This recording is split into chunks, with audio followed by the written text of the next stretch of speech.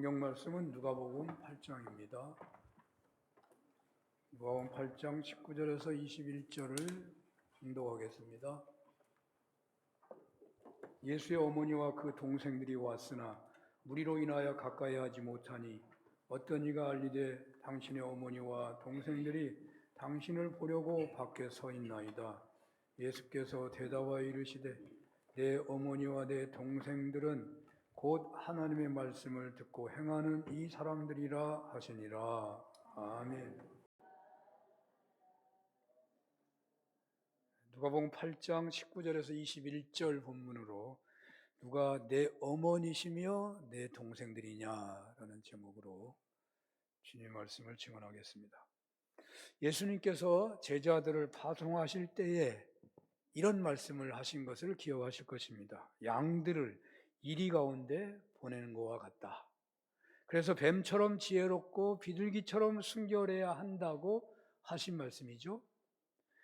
제자들이 처하게 될 위험스러운 자리, 그 복음 사역을 방해하는 핍박, 유혹, 시험 등의 두렵고 어려운 현실에서 그들은 어떻게 해야 사명을 온전히 감당할 수가 있겠습니까? 주님께서 오늘 본문에서 앞에를 조금 살펴본다면 주님은 옥토가 되어야 한다고 말씀하셨습니다. 옥토는 착하고 좋은 마음으로 말씀을 듣고 지키어 인내로 결실하는 것이라고 했습니다. 주님의 말씀이라면 언제나 아무리 현실적으로 불리하게 보여도 아멘으로 받고 지키어 인내로 결실하는 사람이 옥토라는 것이죠. 이렇게 하여 하나님의 나라를 누리는 제자여야 세상에서 하나님 나라를 전할 수가 있다는 것입니다. 그 다음으로 옥토로서 진리의 빛을 받은 제자들은 그 빛을 숨겨두는 것이 아니라 그 빛을 발해야 한다고 했습니다. 일어나 빛을 발해야 한다.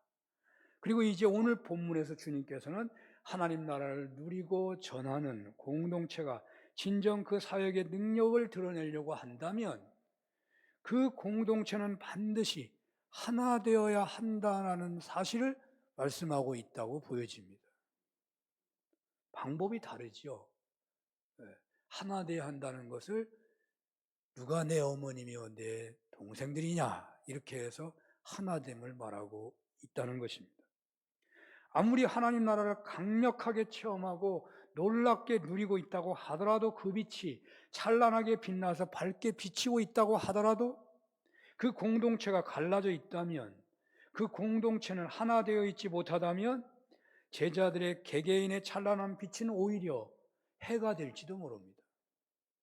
우리나라 정치 지도자들 중에는 자녀들 때문에 홍역을 치르는 사람들이 꽤나 있죠. 대통령들도 자녀 때문에 곤욕 치른 경우를 수도 없이 많이 봤습니다.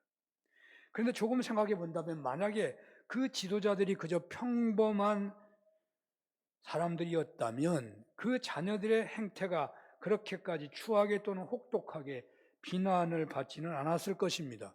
신문에 보도될 리도 없고 그래서 없는 듯이 지나가고 말았을 것입니다. 교회 공동체 지도자들이 세상에서 능력 있는 빛을 발하게 되면 될수록 교회 공동체는 하나 되어야 합니다. 그렇지 않으면 그 공동체는 큰 시련을 당할 수도 있습니다. 세상에 빛을 발하게 될 때 교회가 하나 되어 있지 않다면 교회 안에서 내분이 발생하게 되고 하나님께 영광을 돌리고 있는 사람을 그 뒤에서 시기하고 질투하게 되어서 결국 그 빛을 발하는 사람을 낙마하도록 만들어 버릴 것입니다. 이렇게 주님께서 제자들을 파송하기에 앞서서 제자들에게 중요한 것은 하나됨이었습니다. 이것은 예수님께서 십자가를 지기 직전에 온 인류의 대제사장으로서 마지막 기도를 하실 때에도 그 기도의 중심 내용 중에 하나는 제자들이 하나 되는 것이었습니다. 하나 되기를 소원하는 내용이 주님의 공생의 마지막에 정리되고 선포되는 것이지만 오늘 본문에서 어머니 마리아와 동생들이 찾아온 사건을 접하게 되자 이 미리 언급하고 있구나 하는 생각이 드는 것이죠. 우리나라의 속담에 백직장도 맞들면 낫다 말이 있죠. 전도서 4장 12절을 보면요, 한번 볼까요? 한 사람이면 패하겠거니와 두 사람이면 맞설 수 있나니 세 겹줄은 쉽게 끊어지지 아니하느니라 라는 말씀도 있죠. 그러므로 하나님 나라를 세상에 널리 전하고 세워가는 사역을 감당하는 데 하나됨이 얼마나 중요한지 모릅니다. 미국이 힘이 센 나라잖아요. 근데 어떤 사람은 군사력이 강하고 또 뭐 경제력이 세니까 물론 그것도 강한 나라라고 할 수 있겠죠. 제가 느끼는 것은 그 나라 시민들이 다른 나라에서 유해를 당하게 되었을 때 시민 한 사람이 어떤 나라에서 어려움을 겪고 있을 때 국가적 차원에서 대응하는 것 같더라고요. 그 한 사람 죽으면 어때? 근데 한 사람 때문에 난리더라고. 그 한 사람 건져내려고 대통령이 나서고 뭐 대단해요. 저는 그런 것이 아마 강대국의 중요한 그런 의미가 아닐까 하는 생각을 했었어요. 자기 백성을 구하는 데에 하나된 역량을 크게 드러내는 나라가 강대국이다. 이스라엘이 강한 나라인 것은 나라가 작아도 자신들의 동족을 위하는 것이 대단하잖아요. 아마도 국력이라는 것은 어쩌면 바로 이런 것이 아닐까 해집니다. 그렇게 하나로 뭉치는 나라에 속한 사람들은 세계 속에서 대단한 영향력을 드러냅니다. 그런데 세계적인 인물이 있는 그 나라에 세계적인 인물이 있더라도 자국에서 인정을 못 받으면 오히려 그 인물됨이요 그 나라의 역적이 되더라고요. 역적이 돼요. 그런 나라는 정말 후진국이에요. 어떤 나라는 노벨 평화상도 받고 세계적으로 지지받는 인물이 있는데 그 나라에서는 뭐 반역자 취급받고 감옥에 갇혀 있잖아요. 그 나라가 얼마나 안 좋은 나라입니까? 하나님 나라 운동을 일으켜 나아가는 것은 나아가야 하는 제자 공동체도 똑같습니다. 하나님의 말씀을 듣고 행하는 자들과 부모님과 형제 자매 관계처럼 하나 되어야 한다고 주님 말씀하고 있다고 보여집니다. 누가 어머니며 동생들이냐라는 말씀에서 떠오르게 되는 것은 예수님의 이 말씀의 가치관이야말로 하나님 나라 운동의 핵심 가치다라고 드러내고 있다고 보여집니다. 보통 작은 나라들이 세력을 키워가려고 할 때에 주변의 도시를 점령하면 그 나라에 어떤 사람을 뽑아가지고 관직을 앉히고 그리고서 그 나라를 다스리는 경우가 많죠. 그런데 그리스도의 복음을 전하는 곳은 어떻게 복음을 전하고 나서 그곳을 어떻게 계속 복음을 유지하게 하도록 할 수 있겠냐 말이죠. 그 공동체가 부여받은 사명을 계속 감당하게 할 수 있겠느냐. 그런 공동체를 어떻게 유지하고 세워갈 수 있겠느냐. 세상 나라처럼 계급을 정해가지고 그 공동체가 유지하도록 할 수 있는 게 아니잖아요, 교회는. 계급을 정해서 할 수 없잖아요. 그 무슨 통치의 권력이라는 것이 눈에 보이는 것도 아니잖아요. 무엇으로 높다 낮다를 정하겠습니까? 어떻게 그 공동체를 유지할 수 있겠습니까? 그것은 그 공동체가 가족 단위가 되고 지도자는 부모가 되는 위치에서 그 공동체가 시작되고 유지될 수 있었기에 주님께서는 제자들에게 이렇게 말씀하시는 측면이 있었습니다.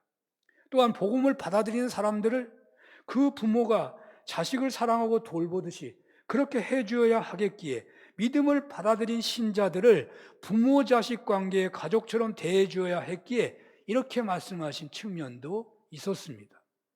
먼저 믿는 사람들은 나중 믿는 분들에게 부모와 같은 관심과 사랑을 베풀어야 하고 형제와 같은 사랑과 관심을 베풀어야 하는 것입니다. 누가 어머니며 누가 동생들이냐는 말씀은 우리로 하여금 복음 전파를 하고자 할 때 부모의 심정으로 형제의 심정으로 다가가야 한다는 말씀 또한 그 의미가 포함되어 있겠죠. 복음을 전할 때만이 아니라 교회 공동체 안에서 부모 형제 간의 관계를 이루어야만 그 교회가 유지된다고 말씀하고 있는 것이기도 합니다. 누가 어머니이며 동생들이냐?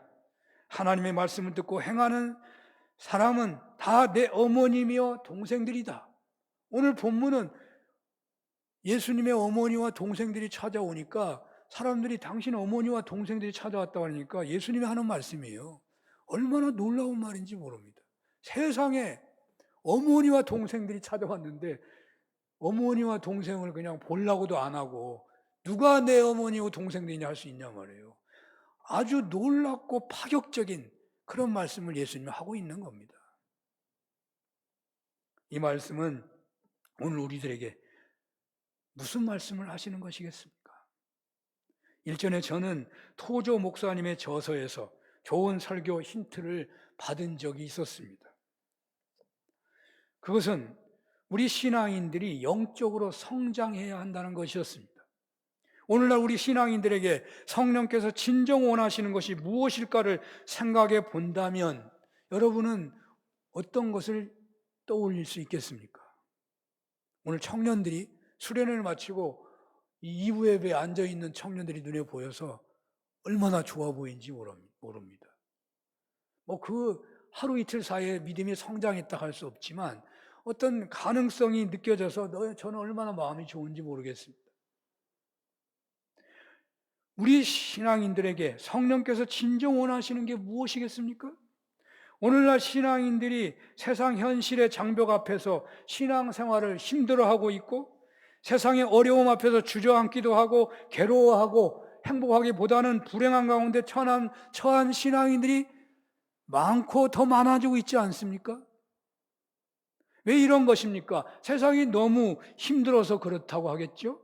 살기가 옛날에 살기 힘들었던 때만큼 보다 어쩌면 더 살기가 어려운지 모르겠습니다. 자살해서 죽는 사람이 많은 거 보면 예수 믿고 복음을 전하는 사람이 적은 것을 보면 더 신앙생활이 어렵다는 것을 드러내고 있는 거 아니에요? 옛날에 살기 어려워도 전도 얼마나 했는지 몰라요. 살기는 어려워도 예수 믿고 사는 게 좋았단 말이죠. 지금은 살기도 어렵고 신앙생활도 어려운 시대가 되어버렸어요. 그런데요, 왜 이런 것입니까? 왜 살기가 어려운 거예요? 원인이 살기가 어려워진 것만 있는 게 아니라니까요. 우리의 신앙이 영적으로 성장해야 되는데 성장이 멈춰버렸거나 퇴보하고 있기 때문에 살기가 어려운 거라고요. 이렇게 본다면 우리네 영적 성장은 참으로 중요한 목적이 되는 것입니다. 사실 그렇습니다. 주님은 언제나 우리가 성장하기를 원하십니다. 어린아이로 있기를 원하지 않습니다. 처음 믿을 그대로 있기를 원하지 않습니다. 베드로전서 2장 2절을 봅니다. 갓난아이들 같이 순전하고 신령한 젖을 사모하라. 이는 그로 말미암아 너희로 구원에 이르도록 자라게 하려 함이라. 심각하게 이 본문을 문자적으로 본다면 성장하지 아니하면 구원 못 받는다는 의미도 내포되어 있어요. 그건 무슨 말이에요? 우리가 옛날 신앙 그대로 있어가지고는요, 처음에 그 신앙으로 누렸던 그 은혜 못 누린다 그 말이에요. 세상이 달라지고 있는데 성장해야 합니다. 히브리서 5장 12절에서 14절 볼까요? 때가 오래되었으므로 너희가 마땅히 선생이 되었을 터인데 너희가 다시 하나님의 말씀의 초보에 대하여 누구에게서 가르침을 받아야 할 처지이니 단단한 음식은 못 먹고 젖이나 먹어야 할 자가 되었도다. 이는 젖을 먹는 자마다 어린아이니 의의 말씀은 경험하지 못하는 자요 단단한 음식은 장성한 자의 것이니 그들은 지각을 사용함으로 연단을 받아 선악을 분별하는 자들이니라. 어린아이는 선악을 분별 못하잖아요. 그래서 어린아이인 거예요. 어른들은 분별하잖아요. 신앙이 성장해야 한다는 거예요. 왜 옛날 그대로 있냐? 지금 선생이 될 때도 훨씬 지났는데 왜 지금도 단단한 음식을 못 먹고 사느냐 그 말이에요. 주님은 우리가 성장하기를 원하십니다. 오늘의 한국교회 현실에서, 우리 교회 현실에서, 여러분 개개인의 현실에서 앞에 놓여 있는 문제가 너무나 감당이 어렵습니까? 그 문제를 작게 할 수 있다면요, 우리는 어떤 방법을 통해든지 그 문제를 작게 하도록 시도해야겠죠. 그러나 어려운 경우가 많아요. 문제가 작아지지 않아요. 그러면 어떻게 해야 되겠습니까? 우리가 영적으로 성장해야 한다는 말입니다. 영적 성장은 주님의 뜻입니다. 우리가 어떻게 해야 하겠습니까? 영성가이신 토조 목사님이 제시한 것 중에 세 가지를 소개한다면, 첫째는 무사람을 공경해야 한다고 말씀하고 있어요. 우리가 10사람을 공경하고 있다면, 내가 20명을 공경하는 사람이라면 그 믿음이 성장한 겁니다. 우리는 나는 10사람 하다가 10사람 너무 많아서 힘들어, 나 이제 5사람만 정해놓고 그나마 그래도 제대로 공경해야지, 그게 성장이라고 생각할지 몰라요. 그 성장이 아니에요. 우리가 공경하는 사람이 교회 안에 있든 밖에 있든 어디 있든지 간에 그 사람이 늘어날 때 우리 신앙이 성장하는 거예요. 내가 변해야 사람이 변하는 거예요. 저 사람 변하기를 바라가지고 평생 가도 그 사람 변할 리가 없어요. 내가 변해야 상대방이 변해요. 내가 진정 상대방을 공경한다면 사람이 변하기 시작한다니까요. 두 번째로, 예수님의 십자가 사랑으로 형제 자매가 된 분들을 존중해야 한다고 말해요. 그거 앞에 말한 얘기인데 또 토조 목사님이 왜 그런 얘기를 할까? 의외로 교회 밖의 사람들을 공경하기를 하는데 교회 공동체 안에서 공경을 못하는 예가 있기 때문에 이 말을 하고 있는 겁니다.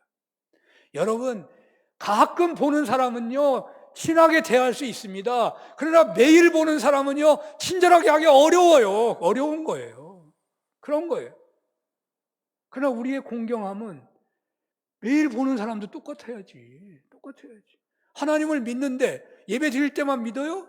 언제나 하나님은 어느 순간이나 하나님이셔야죠. 우리의 공경함은 계속 유지해야 되는 거예요. 그래서 예수 그리스도의 십자가의 사랑으로 형제자매가 된 분들을 존중해야 믿음이 자란다는 거예요. 세 번째로는 하나님을 두려워한다고 말하고 있습니다. 오늘 말씀에서 누가 어머니시며 동생들이냐? 하나님의 말씀을 듣고 순종한 자라고 예수님 말씀하셨죠.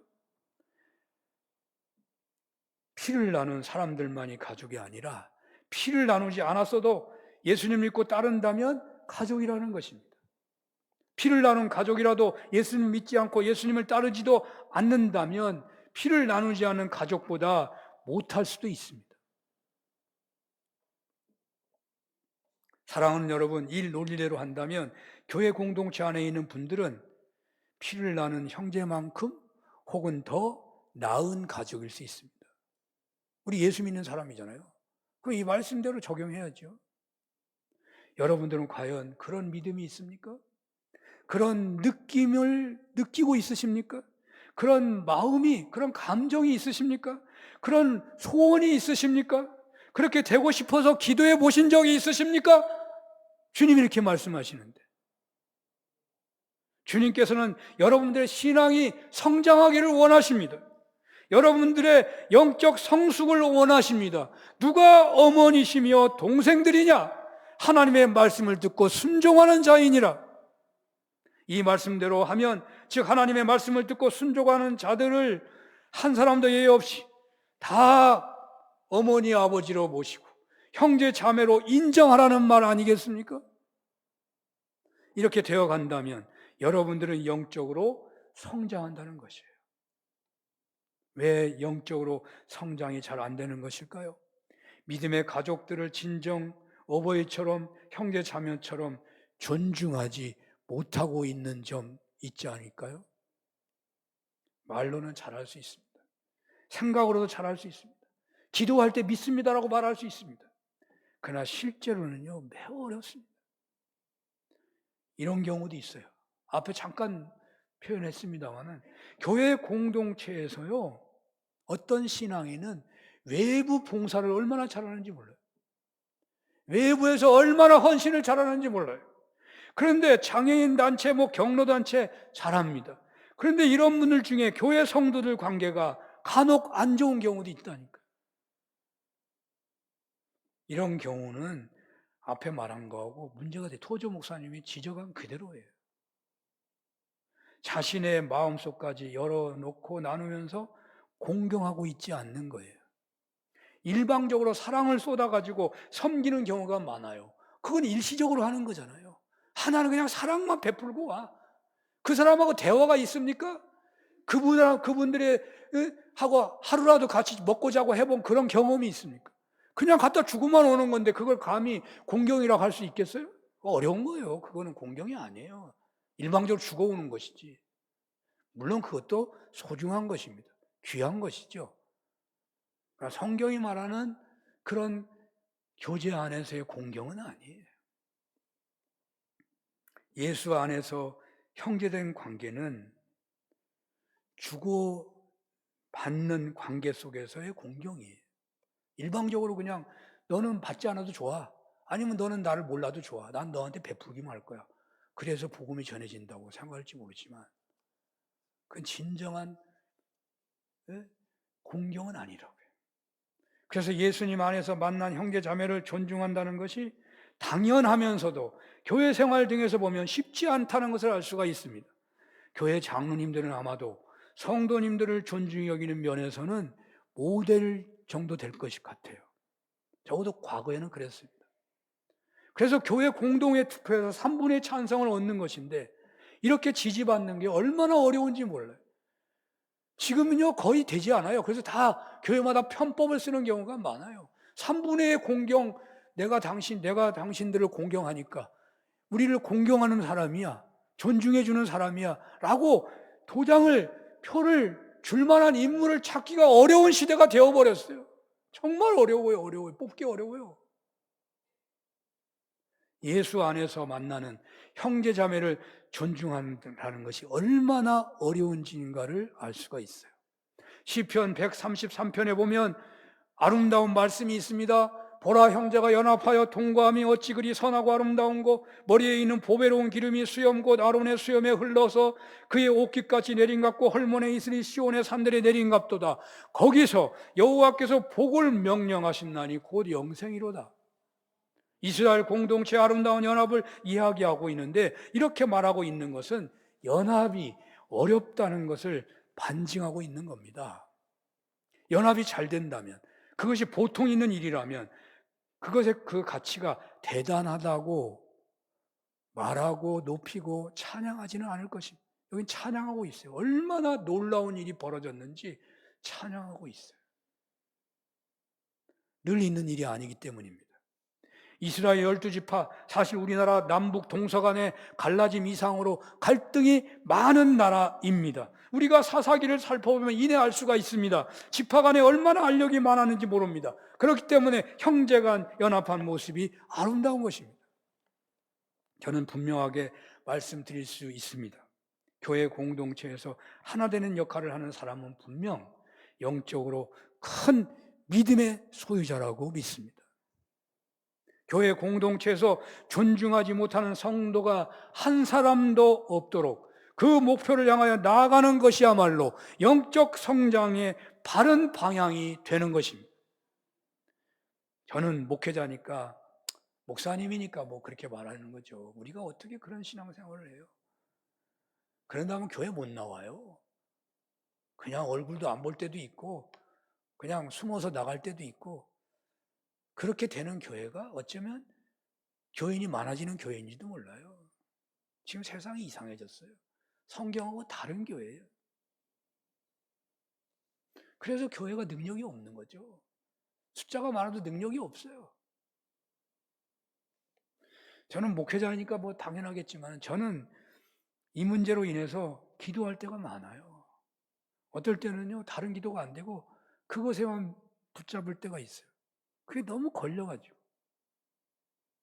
며칠씩 기도할 때도 있어요. 그게 걸려가지고 행여 오해가 되었을까, 또는 내가 존중하지 않은 태도를 보여준 것은 아닌가 하는, 내가 혹시 차별한 것은 아닌가, 차별을 안 하려고 해도 차별을 안 했는데도 제 생각에는 오해되고 착각이 되고 차별했다고 말하는데 뭐 할 말이 없는 거지.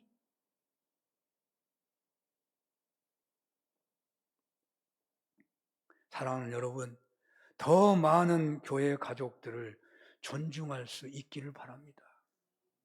그것이 목표가 되시기를 바랍니다. 디모데전서 3장 1절에 보면 교회 직분을 사모하는 것이 선하다고 했습니다. 교회 직분을 사모하는 것이 선하다는 거예요. 존중하는 사람이 많아서 직분으로 세워지는 것이 선하고 복되다는 말입니다. 그렇게 돼야 교회가 좋아지는 겁니다. 그 교회가 주님이 맡기신 사명을 감당하는 교회가 되는 것입니다. 그 교회가 빛을 발할 때 제대로 열매가 맺혀지는 것입니다.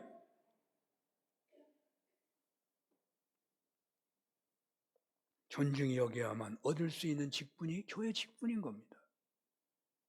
성도를 얼마나 더 많이 존중하느냐가 결정적인 것입니다.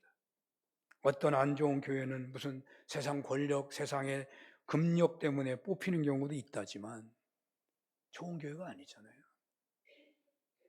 물론 우리는 세상에서도 인정받아야 합니다. 교회에서만 인정받는 것도 반쪽 그 존중이죠. 정말 문제도 많은 교회도 있어요. 어떻게 역으로. 세상에서는 사람 취급도 못 받는데 교회에서는 그냥 인정을 받는다는 거예요. 근데 그 인정이 정상적인 인정이 아니고 항상 그 자리에 있어가지고 인정받는 사람도 있어요.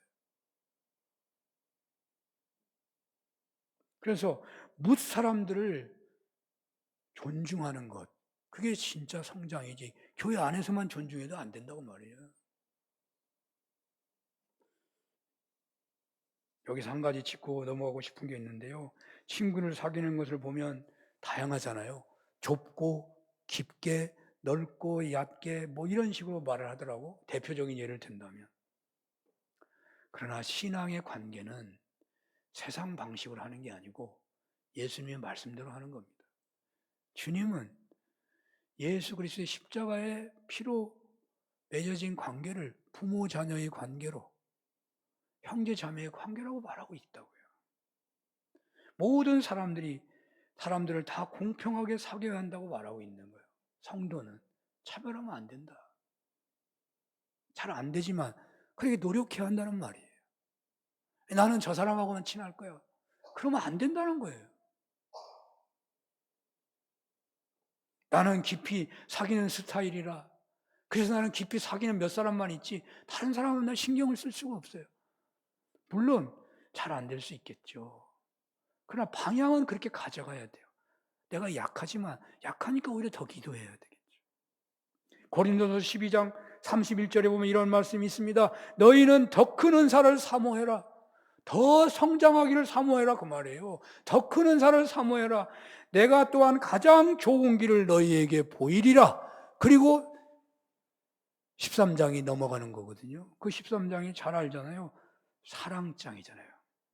더 큰 은사는 사랑의 은사를 말하는 것입니다. 성도의 사랑은 바로 여기에 있는 것입니다.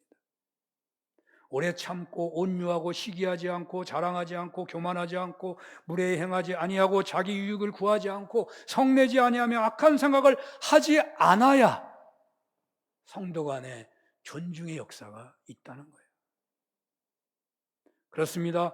우리의 영적 성장의 방향은 분명합니다. 형제 자매를 더 많이 존중하기 위하여 할 수 있는 모든 노력을 할 수 있어야 한단 말이죠.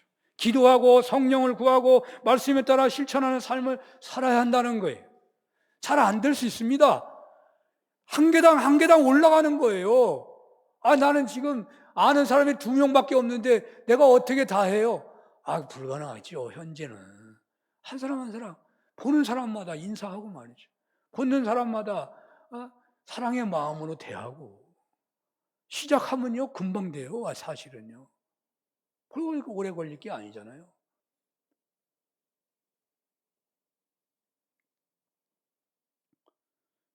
끝으로 누가 어머니며 동생들이냐? 하나님의 말씀을 듣고 행하는 자가 아니냐? 이 말씀은 무슨 말씀일까? 끝으로 생각해 봅니다. 주님께서는 하나님 나라를 건설하시는 것을 목표하셨습니다. 회개하라 천국이 가까웠느니라. 이것이 주님의 공생의 시작의 선포잖아요. 모두 하나님을 믿어서 예수님을 영접해서 개개인이 그 공동체가 하나님 나라 되는 것이 주님의 목표지요. 목표예요. 회개하라 천국이 가까웠느니라. 물론 여기 하나님 나라는 죽어서 가는 하나님 나라이기도 하지만 너희 가운데 이미 하나님 나라가 이루어졌다라고 하셨잖아요. 너희 가운데가 바로 교회라고요. 교회. 교회 공동체가 천상의 하나님 나라의 표상으로서 이 땅에서 보는 하나님 나라라고 할 수 있습니다.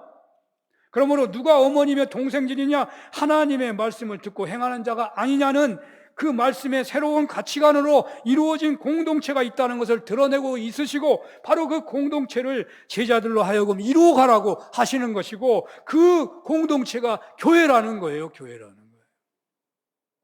누가 부모님이고 형제 자매이신가 하나님의 말씀을 듣고 행하는 자이다. 바로 이러한 가치관과 믿음으로 무장한 사람들의 모임이 교회라니까요. 사실 그래서 교회 안에서 형제 자매님이라고 부르는 것은 이 말씀에 따라가려고 하는 거 아니에요. 이 말씀 때문에 있는 거지 왜 형제 자매님이라고 불러요? 성경이 있으니까 하는 거예요. 주님께서는 교회 공동체가 바로 이러한 가치관을 가지고 하나 되어야 한다고 말씀하십니다. 그런데 현실적으로 이것이 가능한 것이냐? 잘해보려고 해도 언제나 교회에는 분쟁이 이렇게 많은지 모르겠어요. 오늘 한국교회 보면 이런 아픈 상처가 없는 교회가 없어요. 우리 교회도 뭐 예외가 아닐 것입니다. 한국에 내려나가는 교회들 한결같이 다 이런 문제들을 갖고 있어요. 왜들 이렇게 분쟁이 많은지 어째야 하는 거예요? 아마도요. 역사 속에서, 그러니까 제가 이런 것을 왜 수도원 얘기를 하냐면 검증된 이야기를 하고 싶어서 하는 거예요. 은혜 받았더니 우리는 하나 되었더라 하는 얘기는 검증된 객관적 얘기가 아니에요. 검증된 얘기는 역사 속에 수도원 운동이 있었다고요. 수도원 운동 안에서는요, 부모이고 형제 자매요, 그 사람들 그렇게 사는 거예요. 피를 나눈 사람들이 아닌데 우리 교회가 수도원의 영성을 일부 받아들이고 있는 거잖아요. 그렇습니다. 수도원의 가치관이 그렇습니다. 동료 간의 형제 자매입니다. 상하 관계는 부모 자녀 관계입니다. 수도원의 지도자를 아빠스라 그래요. 아버지라는 말이에요. 아버지. 누가 어머니며 동생들이냐? 주님께서는 이 말씀으로 수도원적 영성을 받아들이려고 하는 우리 교회를 격려하고 계신다고요. 우리 교회 공동체가 바로 이러한 주님의 말씀대로 자라갔으면 좋겠습니다. 그리하여 영적으로 날로 성장했으면 좋겠습니다. 영적으로 성장하여 세상 문제들 속에서 오히려 더 큰 체험을 하며 더 큰 은혜를 받아 이 땅에서 능력 있는 선교 공동체, 전도 공동체로 쓰임받기를 소원합니다. 제자들은 처음 부름받았을 때 가족을 떠나는 결단을 했습니다. 그러니 사실 이 말씀을 예수님이 안 할 수도 없어요. 제자들 다 가족을 떠난 거예요. 그런데 제자들만 그래요? 아브라함이요, 믿음의 조상 아브라함, 자기 일가 친척 다 떠난 사람들이에요. 당시에 가장 큰 힘은 물질보다 권력보다 핏줄의 힘이었습니다. 핏줄의 힘. 그래도 일가가 낫다. 우리도요 50년 전만 해도 핏줄의 힘이 얼마나 강렬했는지 모릅니다. 나라 간의 갈등을 해결하기 위해서 결혼 동맹이라는 것이 있었습니다. 핏줄이 정치적 이해관계를 이길 수 있다고 생각했습니다. 그런데 주님께서는 예수님을 따르는 공동체는 가족이라는 피사랑보다 예수님의 십자가 사랑이 더 중요하다고 말씀하고 있다니까요. 사실 저는 처음 예수 믿으면서 무슨 상담할 것이 있으면 무슨 우리 가족의 누굴 찾아가는 게 아니라 그냥 목사님 찾는 게 제일 방법이요. 아니면 장로님 만나러 가고. 초기 한국교회가 박해가 심했을 때 가장 많이 겪었던 핍박의 그 내용이 뭔지 아세요? 당신은 남편보다, 가족보다, 부모보다 교회 목사님이 먼저고 교회 식구들이 먼저야? 그렇게 하려면 교회 가서 살아! 이런 게 당시에 가장 무서운 핍박의 내용이에요. 우리 교회에서부터, 교회 공동체 안에서 예수님의 십자가 사랑의 가족관계가 회복되었으면 좋겠습니다.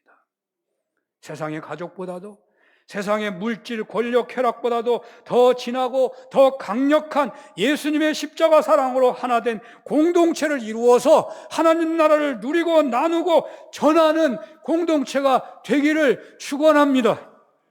주님께서 이것을 위해서 새 계명을 주셨습니다. 요한복음 13장 34절 35절입니다. 새 계명을 너희에게 주노니 서로 사랑하라. 이게 새 계명입니다. 새 계명을 너희에게 주노니 서로 사랑하라. 내가 너희를 사랑한 것 같이 너희도 서로 사랑하라. 너희가 서로 사랑하면 이로써 모든 사람들이 너희가 내 제자인 줄 알리라. 기도하겠습니다. 누가 부모님이며 형제 자매인가? 육신의 피사랑도 중요하지만 예수님의 십자가 사랑으로 부모, 자녀, 형제, 자매 이루어 하나님 나라를 맛보며 능력 있는 성교 공동체로 성장하도록 축복하여 주옵소서. 예수님 이름으로 기도합니다. 아멘.